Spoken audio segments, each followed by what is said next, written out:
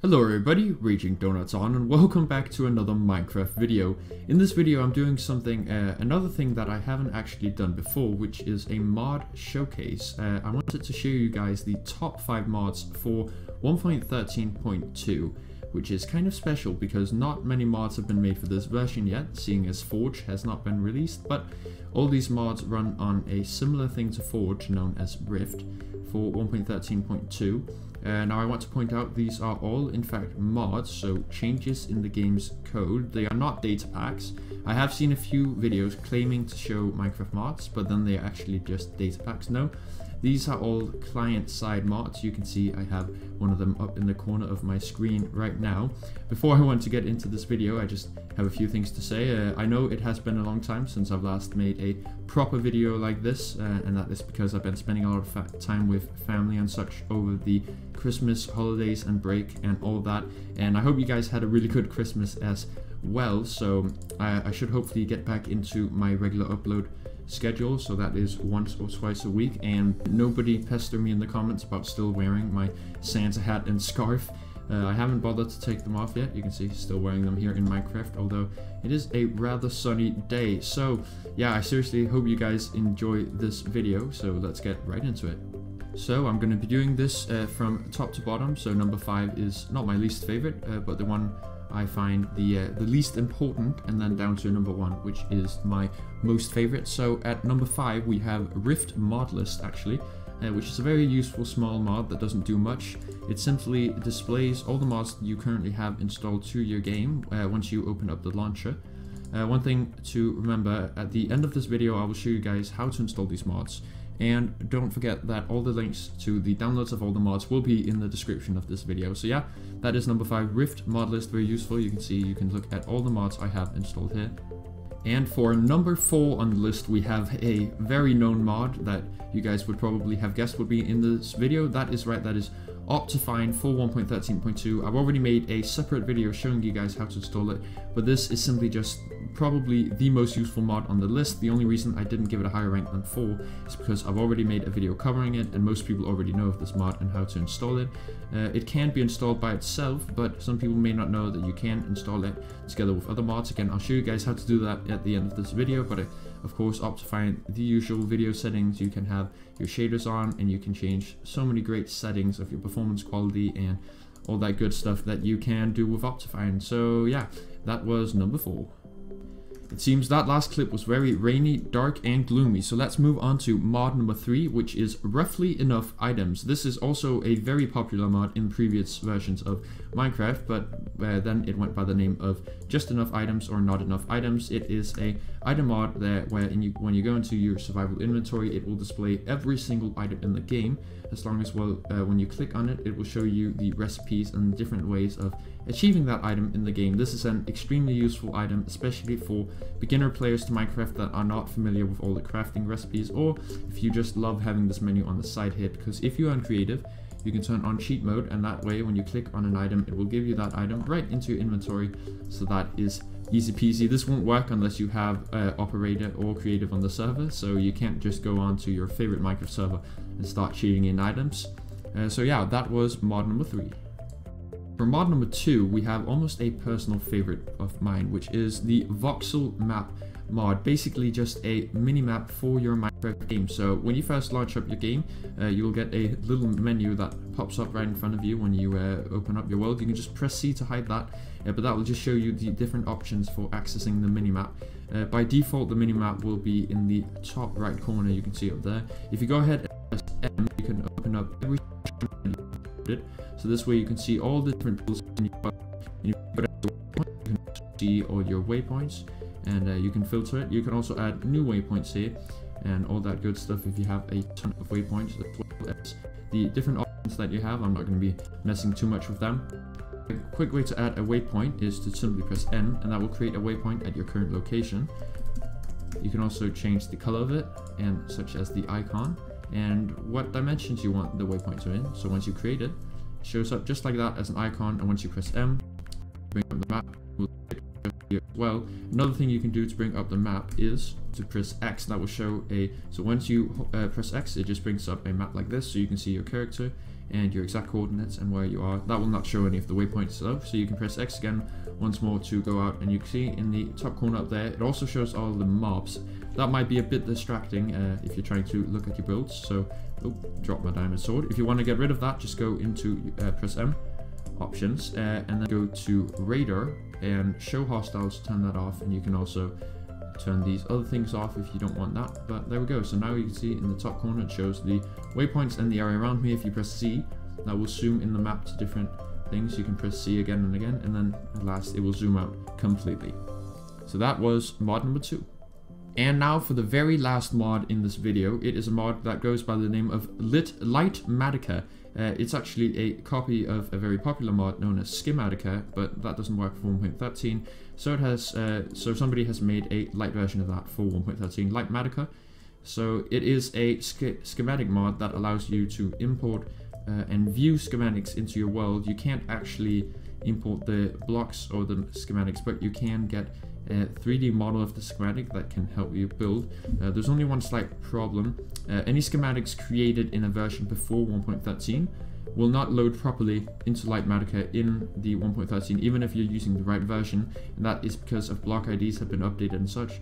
But so to access the Litematica menu, you actually have to press M, but that won't work because the minimap is set to M. So you're gonna have to change this to something else because Litematica is not it's not coded into the controls area here, so you can see it's not anywhere. So you'll have to change the Voxel Map menu. I just changed it to V just like that. So you can still open your Voxel Map menu with V, but then when you press M, it'll open up your Schematica menu. Okay, Litematica is the most advanced mod on the list, and I won't show you guys how to do everything in the mod. I simply don't have time to that. It's quite complicated, but I will show you the very basics of how to import and how to save your own schematics. So the first thing is to make a schematic. To make a schematic of something in your world, and you want to get an item such as a stick. So let's get a stick. Yeah, a stick is a good item. It won't work with any item. I think the default item is a stick.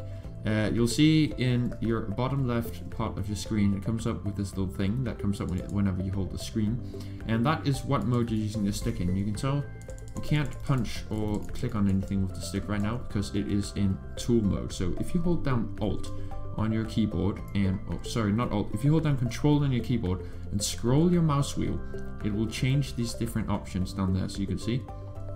Now what we want to go to is area selection, because that's what we're going to be using. So first thing we have to do is create a new area. To do that, we can either press M and then go to show area selections, or we can go to we can just hold M and then press S. So hold M and press S. I've already got a tutorial area, but I'm going to go ahead and remove that. So create a new selection and give that a name, just like that.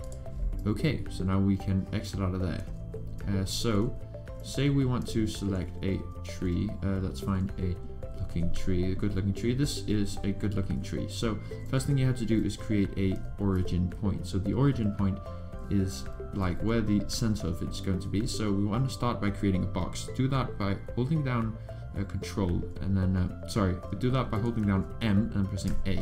That will create a new box. Now you can use right click or left click. So either right click or left click to move that point around. And it's recommended to have the origin point, the center, at kind of the bottom of your build. That'll make it easier when you're exporting or when you're importing the build again at another point. So try and get that inside. It can be kind of hard to do. Okay, so if you want it inside the block, so if you just press, it'll place it outside. If you hold Shift and press, it'll place it inside that block. So that is the origin point. Now we want to select the tree. To do that, once again, press M, hold down M and press A. That will create a new selection box. So, oops. That doesn't really matter. So if you press left click, you can go ahead and move around that blue box. So I'm going to get it right in the corner here so that it goes all the way out, and then use right click to select the other box. So that box should go all the way down there to the very bottom, although you can, oh sorry, that was my minimap. Probably move that up a bit by, yeah, that is, it is a bit hard to move, so just like that. That is the that's as high up as it can get. I do know, so we do want this to get higher, and we want this here to be smaller. So if you want to do that, you can hold down Alt. So you notice if you look at a block, press Alt, it tells you information. But if you just hold Alt and then scroll your mouse wheel, it'll change whatever direction you're looking in. So looking this direction, holding Alt, you can see it changes that selection box just there. But for some reason, when I do it the other way, It's still only that one, so I'm not sure how to fix that. I'll get the top of the tree too. So look down, hold Alt, and then use your scrolly wheel to... Okay, so that only selects the bottom area. I'm not sure. Before, when I did this, it selected the top area. So there's still a few things I don't understand about this. It is a rather confusing thing. So I guess we'll just have to select the bottom part of the tree. So once you've selected an area that you are happy with, go ahead and press Control and then S. And that will save it, so you can give it a name. You can click Save Schematic. Fail to oh, that's because I already have one. So I'll give it another name and press Save Schematic. So that has been saved. If you want to go ahead and find that schematic again, I'm just going to go ahead and exit out of the game here. Just like that. So, okay, so now you have to go into your Minecraft folder. To get there, go to your Windows search bar and then type percentage, app data, percentage, and hit enter. Now find the folder that says .minecraft, press on that, and this is your Minecraft folder, so this is where you have everything Minecrafty, and go to the schematics folder, and this is where you have the schematics. So this is tutorial 2, this is one we just made, and this is also where you can import other schematics that you have made. So that's the basics of creating a schematic. Now let's get into how to import a schematic again. Okay, so to import the schematic, let's go over here to this grass plane here. Again, hold down Alt and then scroll around with your wheel until you go to schematic placement, just like that. Now press M and then go to load schematics to memory. You can see here are the schematics we have in our schematics folder. So any other schematics you make will also show up in this folder. There we go. So go ahead and press schematic tutorial 2 and then press load schematic to memory. If you press material list, it'll give you a list of all the materials that you need to build this. So, and it'll also show you what you're missing and what you have in your inventory.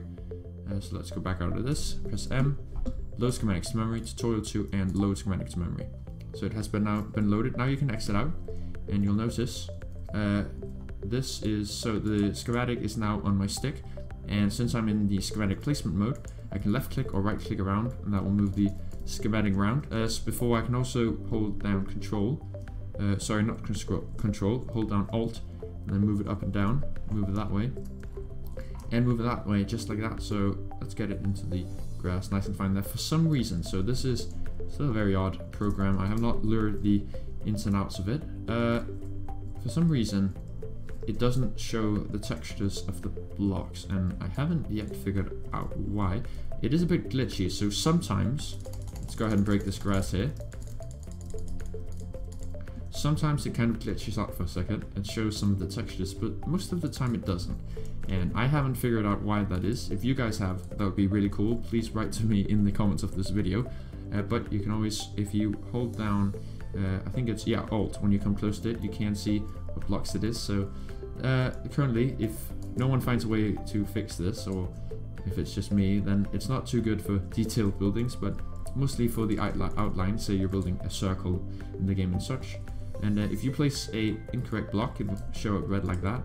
But if you place the correct block, oh, you can, okay, so you can middle click on the area to see what block it is, and hold down, hold down the Alt button just like that. So if you place the correct button, it should, oh, see, texture kind of glitched out there. Yeah, very odd, very odd. So the correct blocks will show up like that, and an incorrect block will show up red.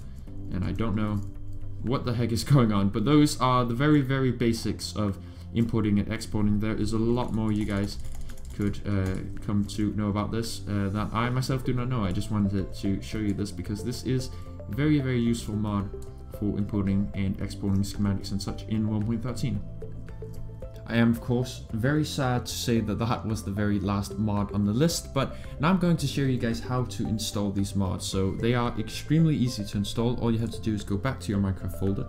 Of course, you can do that by typing percentage app data, percentage, hitting enter, going to .minecraft, and then instead of going to schematics, go to the mods folder. The mods folder should show up after you install Rift 1.13.2. If you do not know how to install Rift for 1.13.2, I might make a tutorial on that for some other time, but once you have done that, go to your mods folder, and so this folder should be empty when you start it up for the first time. So if you go ahead and download all of the 6 mods in the description of the video, I know I said there are only 5 mods, and I only actually showed 5 mods on the video, But the Litematica mod, which is this one here, requires a child mod, so the Malilib mod. It requires that mod to help it work. It won't work without that mod, so these two come together. So if you go ahead and put every single one of these jar files into this folder, and then go ahead, open up your Minecraft, and simply run Rift 1.13.2, everything should work just fine.